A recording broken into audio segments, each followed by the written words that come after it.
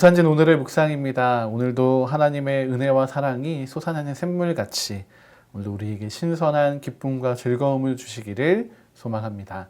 오늘 우리에게 주시는 하나님의 말씀은 예레미야 52장 1절부터 11절의 말씀입니다. 시드기야가 왕위에 오를 때에 나이가 21세라 예루살렘에서 11년 동안 다스리니라. 그의 어머니의 이름은 하무달이라 림나인 예레미야의 딸이더라. 그가 여호야김의 모든 행위를 본받아 여호와 보시기에 악을 행한지라. 여호와께서 예루살렘과 유다에게 진노하심이 그들을 자기 앞에서 쫓아내시기까지 이르렀더라. 시드기야가 바벨론 왕을 배반하니라. 시드기야 제9년 열째 달 열째 날에 바벨론 왕 느부갓네살이 그의 모든 군대를 거느리고 예루살렘을 치러 올라와서 그 성에 대하여 진을 치고 주위에 토성을 쌓음에 그 성이 시드기야 왕 제11년까지 포위되었더라. 그의 넷째 달 9일에 성중에 기근이 심하여 그 땅 백성의 양식이 떨어졌더라. 그 성벽이 파괴되매 모든 군사가 밤중에 그 성에서 나가 두 성벽 사이 왕의 동산 견문길로 도망하여 갈대아인들이 그 성읍을 에워쌌으므로 그들이 아라바 길로 가더니 갈대아 군대가 그 왕을 뒤쫓아가서 여리고 평지에서 시드기야를 따라잡음에 왕의 모든 군대가 그를 떠나 흩어진지라. 그들이 왕을 사로잡아 그를 하마 땅 리블라에 있는 바벨론 왕에게로 끌고 가매 그가 시드기야를 신문하니라. 바벨론 왕이 시드기야의 아들들을 그의 눈앞에서 죽이고 또 리블라에서 유다의 모든 고관을 죽이며 시드기야의 두 눈을 빼고 놋사슬로 그를 결박하여 바벨론 왕이 그를 바벨론으로 끌고 가서 그가 죽는 날까지 옥에 가두었더라. 아멘. 오늘의 말씀은 유다의 마지막 왕인 시드기야에 대한 말씀입니다. 시드기야는 배반의 아이콘처럼 오늘 말씀 가운데 등장하고 있습니다. 먼저 시드기야는 하나님을 배반합니다. 2절의 말씀입니다. 그가 여호야김의 모든 행위를 본받아 여호와 보시기에 악을 행한지라. 아멘. 시드기야는 바벨론의 느부갓네살에 의해 왕으로 세워진 사람입니다. 자신이 왕이 된 것은 하나님의 역사가 아니라고 생각했는지도 모르겠습니다. 바벨론의 압력이 더해진 이 일의 진행이라고 생각했을 겁니다. 자신의 조카가 폐위되고 그를 대신하여 자신이 세워진 것입니다. 그래서인지 모르겠지만 시드기야는 하나님을 의지하지 않습니다. 그를 향해 수많은 선지자들이 하나님의 말씀을 들고 찾아왔으나 그의 삶은 변하지 않았습니다. 하나님이 보시기에 악을 행하는 자가 되어 있습니다. 예레미야서를 보게 되면 물론 시드기야의 통치 기간 밖에 예언들도 있지만 하나님께서는 멸망해가는 이 왕국과 백성들 또 그들의 왕을 향하여 경고와 회복 또 그 기회를 주고 계신 것을 알 수 있습니다. 그러나 어느 누구도 이 하나님의 간절한 음성에 귀를 기울이지 않았습니다. 하나님을 떠나 배반하며 또 잘못된 길을 가면서도 자신이 옳고 또 맞고 또 하나님을 그래서 외면하고 있습니다. 우리를 향한 하나님의 은혜를 잊은 것, 또 하나님의 말씀을 외면하는 것, 또 하나님께 입은 사랑을 자신의 힘으로 착각하는 것, 모든 것이 하나님을 배반하고 외면하는 것입니다. 쉽게 정의를 한다면 하나님을 향한 마음과 또 육체의 죄가 모두 배반인 것입니다.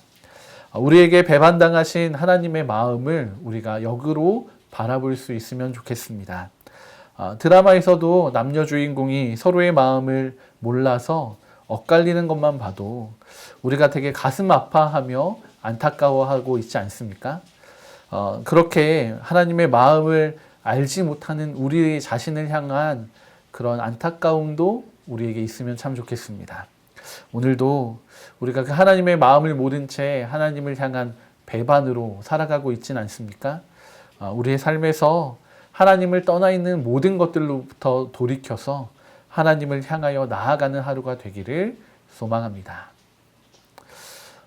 시드기야는 바벨론에 대해서도 배반합니다. 3절 하반절의 말씀입니다. 시드기야가 바벨론 왕을 배반하니라. 아멘. 시드기야는 하나님의 심판의 도구로 사용되는 이 바벨론도 마음에 들지 않았을지 모르겠습니다.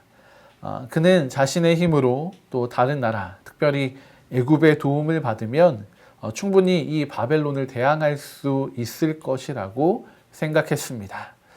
자신을 왕으로 세운 이 바벨론의 강함보다도 이들에 대항하여 자신의 소유, 자신의 왕국을 얻고자 한 것입니다.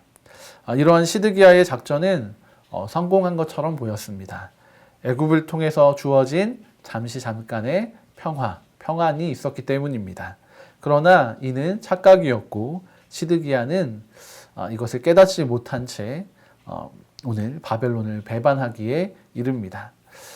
애굽이 퇴각한 후에는 4절과 5절의 말씀처럼 바벨론의 모든 군대가 예루살렘을 에워싸게 됩니다.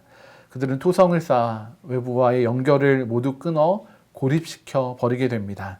시드기야는 이 상황을 타개하기 위해서 여러 가지 애를 쓰지만 모두 실패합니다. 그리고 성벽이 무너진 그 틈을 타 홀로 도망하고자 하지만 바벨론의 군대의 추격으로 이마저도 성공하지 못하게 됩니다.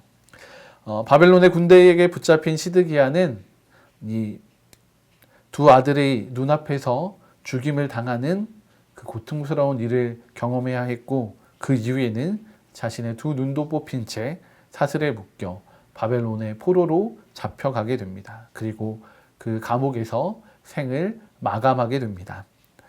이스라엘 또 하나님 나라의 백성의 대표격인 이 왕의 마지막이라고는 믿기지 않는 결말입니다. 그저 자신의 삶만을 바라보는 이 이기적인 모습 때문이었는지도 모르겠습니다. 이 이기적인 삶의 끝은 철저한 파괴, 심판이 있었습니다.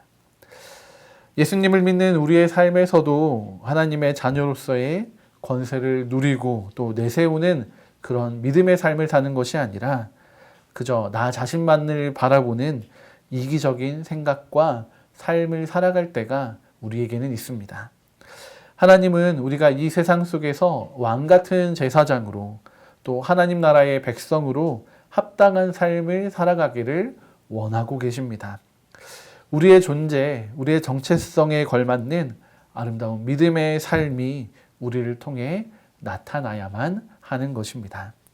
예수님은 우리를 세상의 빛과 소금이다 라고 가르쳐 주셨습니다.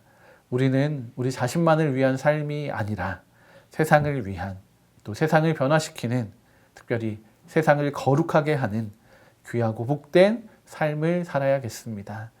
이 하루하루 매일매일의 이 삶이 쌓여서 이 땅을 놀랍게 변화시키는 역사가 나타나게 될 줄로 믿습니다. 예레미야는 이 예언의 마지막에 이러한 완전한 심판을 보여줬습니다. 하나님의 말씀이 온전히 이루어짐으로 하나님의 완전하심과 위대하심을 드러내고자 한 것입니다. 우리의 주인 되시는 이 하나님을 다시금 바라보면서 믿음으로 살아가는 복된 하루가 되시기 바랍니다. 함께 기도하시겠습니다. 우리를 사랑하시는 하나님, 우리의 배반에도 여전히 우리를 품으시고 우리를 향한 계획을 가지고 계심에 감사드립니다. 우리가 하나님과 함께 하기를 다시금 결정합니다.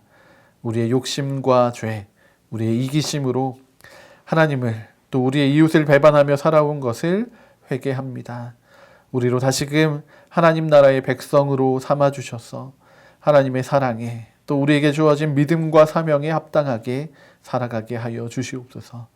우리를 불쌍히 여겨주셔서 우리의 마음이 다시금 주님께로 향하게 하시고 오늘도 우리의 마음을 다해 하나님을 사랑하며 동행하게 하여 주시옵소서. 그렇게 오늘도 우리와 함께 하실 하나님을 소망합니다. 귀하신 주 예수 그리스도의 이름으로 기도드립니다. 아멘.